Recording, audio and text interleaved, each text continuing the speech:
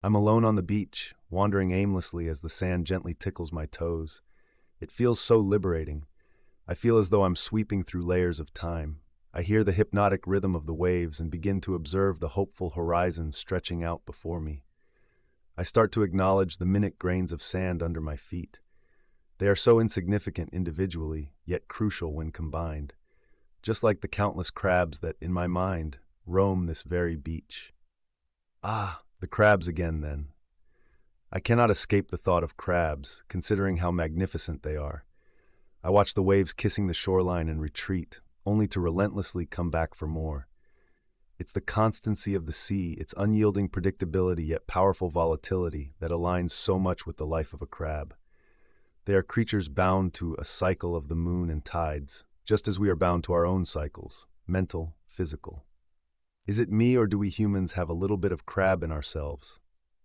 Focus, focus. I mustn't let myself drift back to crabs. I try to think of other things, the serenity of the water, the vibrancy of humanity, the purpose of existence. Yes, that's it. Existence, life, purpose, evolution. We humans are a product of evolution, just as every other creature on this planet. But then I ponder about the humble crab and its own path of evolution. Over millions of years, the crab form has endured, surviving harsh environments, predators, even mass extinction events. Their bodies have changed according to the demands of their surroundings. The fascinating phenomenon of carcinization, whereby an organism evolves into a crab-like form, it manifests the convergence of evolution.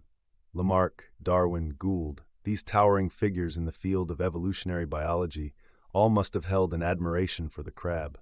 How could I, likewise fascinated by the intricacies of life's workings, not do the same?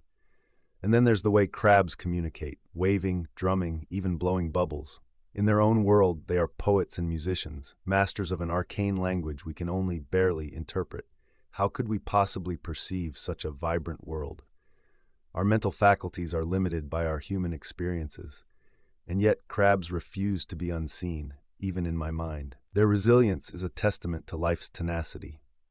No, back to the seascape, the ebbing tides, the salty breeze, the seagulls squawking overhead. They all remind me of nature's orchestra at play, and there's something distinctly calming about this synchrony of life. In a world that's so chaotic, why do we seek solace in patterns, in predictability? I suppose there's a degree of comfort in knowing what comes next, the ebb after the flow. But nothing is more predictable and unpredictable than the sea, with all its inhabitants.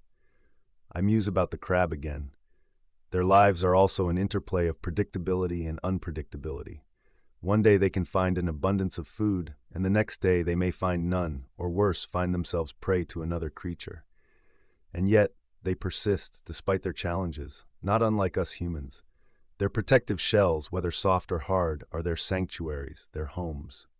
Isn't that what we all desire? A safe place, a home, shielded away from the danger of the world, much like the crab in its shell. But I must try and break away from the persistent thoughts of the crab. I turn my attention to people, their lives, their actions. People love, hate, fight, and unite, all driven by invisible forces. Objectively, isn't this less efficient than the simple life of a crab? I look at those creatures again through my mind's eye and admire their efficiency and simplicity. Nevertheless, I strive to focus on something else, maybe the infinity of the universe, the twinkling stars, the persisting mysteries that perplex us. We're all just cosmic dust, orbiting in space, trying to make sense of an unfathomably huge universe.